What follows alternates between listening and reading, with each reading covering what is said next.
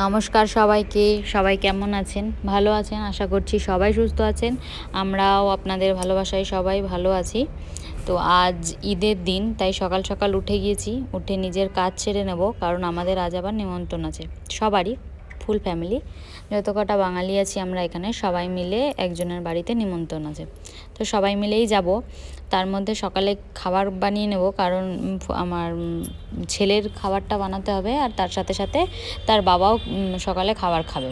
মানে 12টার মধ্যে ডিউটি চলে যাবে। আবার সকালে ভোর 5টায় গেছিলো, আবার এসে আবার কিছুটা খাবে, খেয়ে এসে আবার যাবে, তারপরে আবার এসে তার বাড়িতে নিমন্ত্রণ খেতে যাবে। কিন্তু রান্না তো করতে হবে, তাই সকাল সকাল বাসি কাজ সেরে, জামা কাপড় মিলে যা রোজকার যা কাজ থাকে সেগুলো সেরে সবার আগে আগে যাব রান্না করতে। চলো, সব মোটামুটি সব জামা কাপড় কাচা হয়ে গেছে, যেগুলো কালকের অবধি ছিল। এখন আবার আজ যেটা জামা হবে সেটা আবার কাচবো।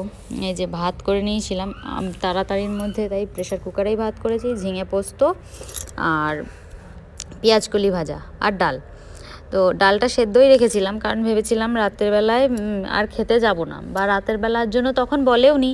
তাই এদেরকে খাইয়ে দাইয়ে রেডি করে পাঠিয়ে দিলাম। তারপরে ছেলে কিছুটা ঘুমিয়েছিল, তারপর সেই ফাঁকে আমি রেডি হয়ে গেছিলাম। আর বড়বাবু তো কাজে চলেই গেছে। এখন রেডি হয়ে গেছি, রেডি হয়ে বেরোবো। এবার আমাদেরকে ফোন করছে যে একসাথে নিচে একজন বাঙালি আছে, তার সাথে একসাথেই যাব। আমি ওকে বলছি বলো বাই বাই। তো একসাথেই যাব, গিয়ে ওখানে অনেক বাচ্চা সবাই মিলে, সবাই তো আন্টি আন্টি, আর আমার ছেলেকে নিয়ে সবাই পাগল, কারণ ওই সব চাইতে ছোট। আর সবাই বলছে একটু ভিডিও করা দেখিয়ে দাও। এই যে এখানে রান্না হচ্ছিল, আর সবাই আমরা বাঙালিই ছিলাম এখানে। তো রান্না হচ্ছিল এখানে, মাটনটা প্রেশার কুকারে লাস্ট করছিল, সিটি মারছিল, বাকি অনেক কিছুই রান্না হয়েছিল, সব এরাই করেছে। আমি অত সকাল সকাল যেতে পারিনি, কারণ আমার বাচ্চা আছে তার জন্য। তো রান্নাগুলো খুব সুন্দর হয়েছিল। খেয়ে দিয়ে চলো এবার, সবার প্রথমে তো বাচ্চারা খাবে, তারপরে আমাদের খাওয়ার ক্লিপগুলো নেওয়া হয়নি, কারণ বাচ্চারা খাচ্ছিল। তারপরেই ওয়েদারটা এত বাজে হয়ে যায় যে আর কোনো ক্লিপসই নেওয়া হয়নি। তার মধ্যে ছেলে ঘুমিয়েও গেছিলো, তার পাপা নিয়ে চলে এসেছিলো। এই যে এটা হচ্ছে ফার্স্ট ব্যাচ খেতে বসার। যে এদের এক একজনের এত জিদ, কেউ বলছে মাটন খাবো না, কেউ বলছে মাটন খাবো, মানে জিদের শেষ নেই। এই দেখুন, বাইরের ওয়েদারটা হঠাৎ করেই খুব খারাপ হয়ে যায়।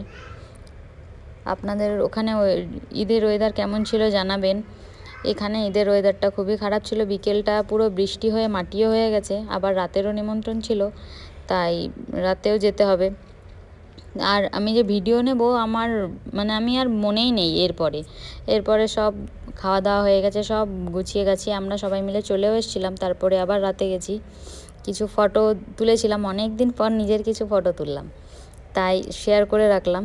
সবার ঈদ কেমন কাটলো জানিও। সবাই সুস্থ থেকো, ভালো থেকো।